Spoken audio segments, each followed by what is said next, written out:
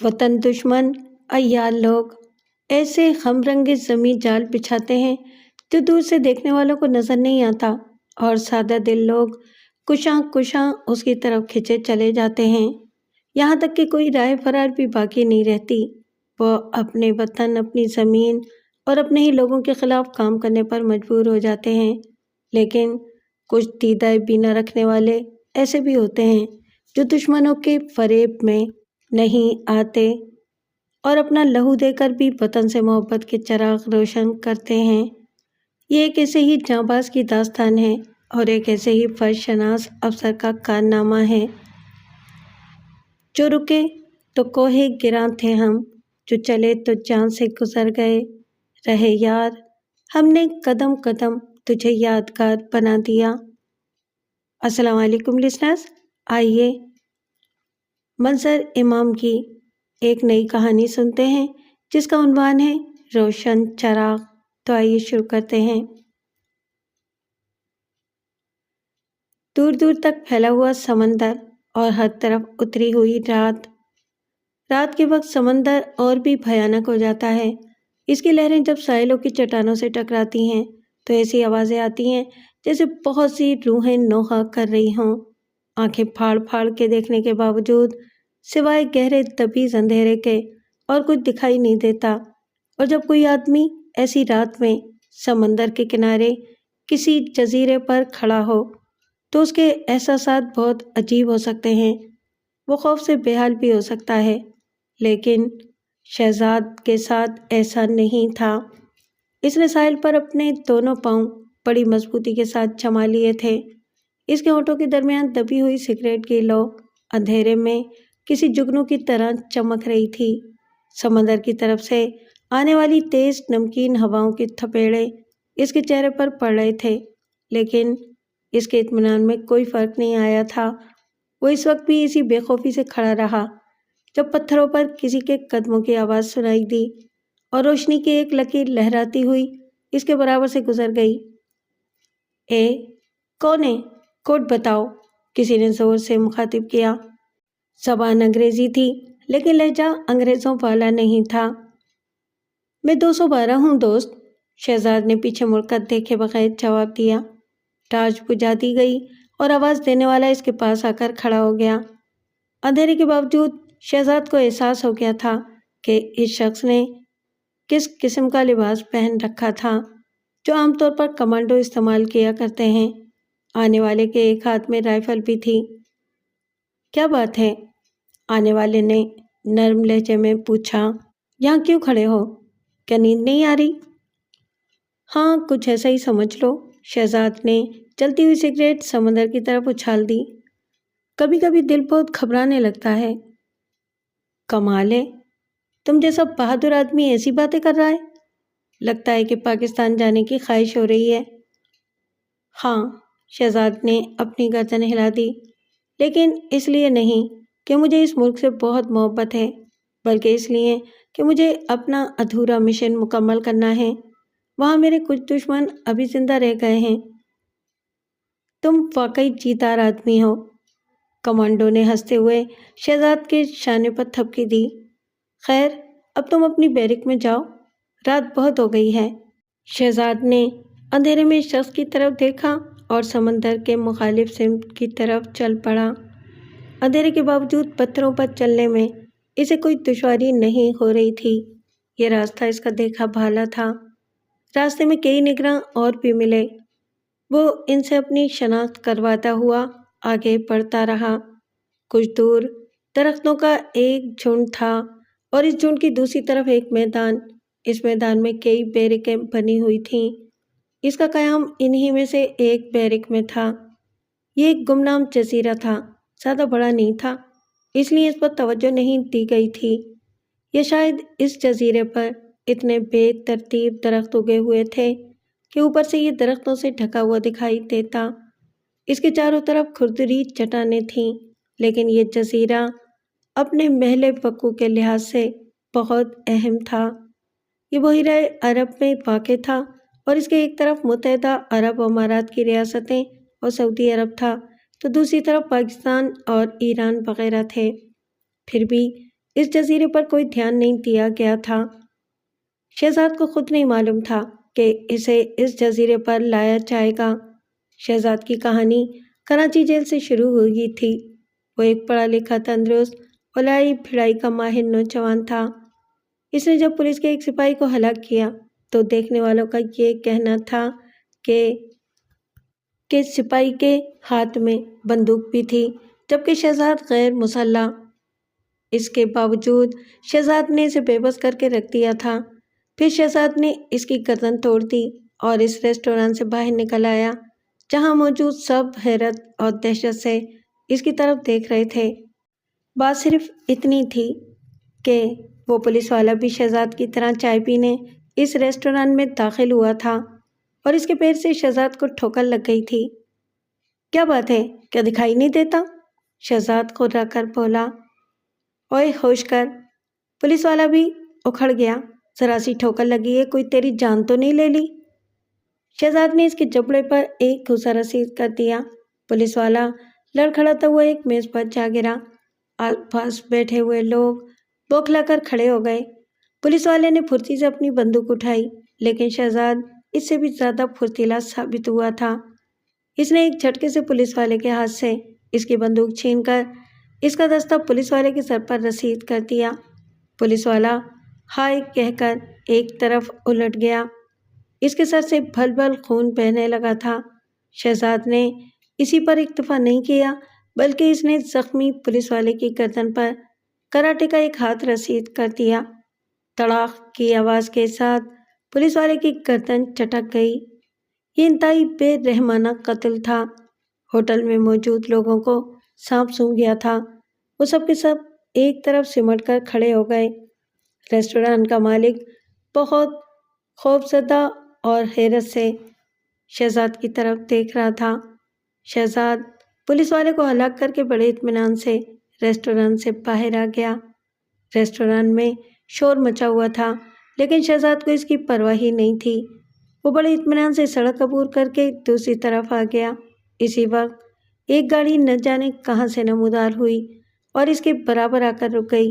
ایک درست چہرے والا آدمی اس گاڑی کو چلا رہا تھا۔ جلدی سے گاڑی میں بیٹھ جاؤ، درست چہرے والا اس کے لیے گاڑی کا دروازہ کھولتے ہوئے بولا۔ پولیس آ گئی ہے۔ اسی وقت پولیس گاڑیوں کے سائرن سے پورا علاقہ گونج اٹھا۔ شہزاد جلدی سے گاڑی میں بیٹھ گیا۔ اس کے بیٹھتے ہی اس آدمی نے گاڑی آگے بڑھا دی۔ کون ہو تم؟ شہزاد نے پوچھا۔ تمہیں مجھ سے کیا ہمدردی ہے؟ اس وقت خاموش رہو، وہ آدمی جلدی سے بولا۔ پولیس کی ایک گاڑی ہمارا پیچھا کر رہی ہے۔ شہزاد خاموش ہو گیا۔ اس وقت پہلا مسئلہ پولیس سے نجات کا تھا۔ اس آدمی کے بارے میں بعد میں معلومات حاصل کی جا سکتی تھیں، لیکن انہیں پولیس سے نجات نہیں مل سکی۔ پولیس گاڑی کا ڈرائیور بہت ہوشیار ثابت ہوا۔ اس نے بھری سڑک پر اپنی گاڑی تیکھی کر کے روک دی۔ اس آدمی کی گاڑی پولیس گاڑی سے ٹکرا کے رک گئی اور ذرا سی دیر میں شہزاد کو ہتھکڑی لگا دی گئی۔ آس پاس کھڑے ہوئے اور گاڑیوں میں بیٹھے ہوئے لوگ شاید پہلی بار اس طرح بھری سڑک پر کوئی پولیس ایکشن دیکھ رہے تھے۔ وہ رات تھانے میں بسر ہوئی، دوسری صبح سے عدالت میں پیش کر دیا گیا۔ صبح کے اخبارات اس کے کارناموں سے بھرے ہوئے تھے۔ اسے ایک خونی درندہ، قاتل اور نہ جانے کیا کچھ کہا گیا تھا۔ وہ بھی ایسا انسان تھا کہ پولیس اس سے پوچھتے پوچھتے تھک گئی، لیکن اس نے اپنا نام کے سوا کچھ نہیں بتایا۔ اس نے بے شمار گواہوں کی موجودگی میں ایک قتل کیا تھا، اس لیے الزام ثابت کرنے میں کوئی دشواری پیش نہیں آئی۔ اسے عمر قید کی سزا ہو گئی اور اسی وقت وہ واقعہ پیش آ گیا جس کی توقع بھی نہیں تھی۔ عدالت سے واپسی میں پولیس کی گاڑی پر حملہ کیا گیا۔ یہ حملہ اتنا منظم اور اتنا بھرپور تھا کہ کوئی بھی کچھ نہیں کر سکا۔ حملہ کرنے والوں نے بے ہوش کر دینے والی گیس استعمال کی تھی۔ شہزاد کو ہوش آیا تو وہ ایک کمرے میں موجود تھا۔ اس کمرے میں کھڑکی نہیں تھی، صرف ایک دروازہ تھا جو باہر سے بند تھا۔ وہ کچھ دیر تک بستر پر پڑا رہا، پھر جب اس نے اپنے آپ میں تھوڑی سی توانائی محسوس کی تو کمرے میں ٹہلنے لگا۔ انتظار کی گھڑیاں اس طرح ختم ہوئیں کہ دروازہ کھل گیا۔ اندر آنے والے دو آدمی تھے، ایک ملکی اور دوسرا غیر ملکی۔ کیوں؟ اب طبیعت تو ٹھیک ہے نا تمہاری؟ ملکی نے اسے مخاطب کیا۔ کون ہو تم لوگ؟ شہزاد نے پوچھا۔ ہم وہی ہیں جو تمہیں پولیس کے چنگل سے نکال کر لائے ہیں، غیر ملکی نے کہا۔ لیکن کیوں؟ میں تو تم لوگوں کو جانتا بھی نہیں۔ لیکن ہم لوگ تمہیں بہت اچھی طرح جانتے ہیں، وہی غیر ملکی بولا۔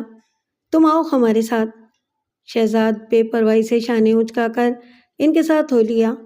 وہ دونوں اسے ایک ایسے کمرے میں لے آئے جہاں دیواروں پر بہت سے چارٹ اور نقشے بنے ہوئے تھے۔ اس کمرے میں بھی کچھ غیر ملکی موجود تھے، ان کے درمیان 2-3 ملکی بھی تھے۔ درمیانی کرسی پر بیٹھا ہوا آدمی سب سے ممتاز حیثیت کا دکھائی دے رہا تھا۔ شہزاد کو بھی ایک کرسی پر بٹھا دیا گیا۔ خوش آمدید، درمیان والے غیر ملکی نے شہزاد کو مخاطب کیا۔ اس کا لہجہ بہت صاف اور واضح تھا۔ ستاروں والی تنظیم تمہیں اپنے درمیان دیکھ کر بہت خوش ہے۔ میں سمجھا نہیں، آپ لوگ کون ہیں اور مجھ سے کیا چاہتے ہیں؟ سب سے پہلے تو یہ جان لو کہ ہم تمہارے بارے میں سب کچھ جانتے ہیں، اس آدمی نے کہا۔ تمہارا پورا ریکارڈ ہمارے سامنے ہے۔ یہ اور بات ہے کہ تم نے پولیس کو بھی کچھ نہ بتایا ہو۔ تم نے سب سے پہلے ایک جنرل اسٹور میں ڈاکہ ڈال کر اپنی سرگرمیوں کا آغاز کیا۔ تم وہاں سے بچ نکلے، کوئی تمہیں پکڑ نہیں سکا تھا۔ پھر تم نے کراچی کے ایک علاقے میں ایک فلیٹ حاصل کیا اور تیسرے ہی دن اس اسٹیٹ ایجنٹ کو بھی زخمی کر دیا جس نے تمہیں فلیٹ دلوایا تھا۔ ہاں، کیونکہ اس ایجنٹ نے میرے والدین کے ساتھ دھوکہ کیا تھا، شہزاد نے کہا۔ اس نے کچھ لوگوں کے ساتھ مل کر ہمیں تباہ کر دیا تھا۔ تم اس بار بھی خوش قسمت ثابت ہوئے، اس ایجنٹ کو زخمی کر دینے کے بعد بھی بچ نکلے۔ تم پر کوئی مقدمہ نہیں بنا، کوئی کیس نہیں ہوا۔ پھر تم نے اپنے ایک دشمن سے انتقام لیا، کرائے کی ایک گاڑی حاصل کی اور اسے کچل دیا۔ ہاں، شہزاد نے اپنی گردن ہلا دی۔ میں نے ایسا ہی کیا کیونکہ اس آدمی نے ہمارے خاندان کے ساتھ بہت برا سلوک کیا تھا۔ اور صرف وہی نہیں، میں تو اور بھی بہت سے لوگوں کی تلاش میں ہوں، لیکن ان میں سے کچھ بہت بااختیار ہیں، ان تک میری پہنچ نہیں ہے۔ لیکن یہ سب تمہیں کیسے معلوم؟ ہمیں تو اسی دن تم سے دلچسپی ہو گئی جس دن تم نے جنرل اسٹور میں ڈاکہ ڈالا تھا۔ دراصل ہم ایسے بہادر آدمی کی تلاش میں رہتے ہیں جو معاشرے کی بے رحمی سے مجرم بنے ہوں، جنہیں اس معاشرے نے انصاف نہ دیا ہو اور جو یہاں کے حالات سے بددل ہو چکے ہوں۔ بالکل درست ہے جناب، میں واقعی یہاں سے بددل ہو چکا ہوں۔ پہلے میں بہت محب وطن وغیرہ ہوا کرتا تھا، لیکن اب ایک قاتل ہوں۔ حکومت کے ہاتھ آؤں گا تو مجھے پھانسی دیتی جائے گی۔ لیکن اب تم کسی کے ہاتھ نہیں آؤ گے، غیر ملکی مسکرا دیا، کیونکہ تم اب ہم ستارے والوں کے پاس ہو۔ ہم تمہارے معاشرے سے ناانصافیوں کو ختم کرنا چاہتے ہیں۔ ہم نے تمہاری طرح اور بھی لوگ اپنے ارد گرد جمع کر رکھے ہیں۔ ہم بہت طاقتور اور وسائل رکھنے والے لوگ ہیں۔ تم نے یہ دیکھ ہی لیا ہوگا کہ ہم کتنی آسانی سے تمہیں پولیس کے چنگل سے چھڑا لائے، ورنہ تمہیں سزائے موت بھی ہو سکتی تھی۔ اب تم ہمارے ساتھ ہو، ہم تمہارا تحفظ بھی کریں گے، تمہیں طاقت دیں گے۔ تمہارے دشمن اب ہمارے دشمن ہیں، لیکن اس کے عوض تمہیں ہمارے لیے بھی کچھ کام کرنا ہوگا۔ میں تم لوگوں کے لیے سب کچھ کرنے کو تیار ہوں، شہزاد نے کہا۔ مجھے اب یہاں سے کوئی دلچسپی نہیں رہی۔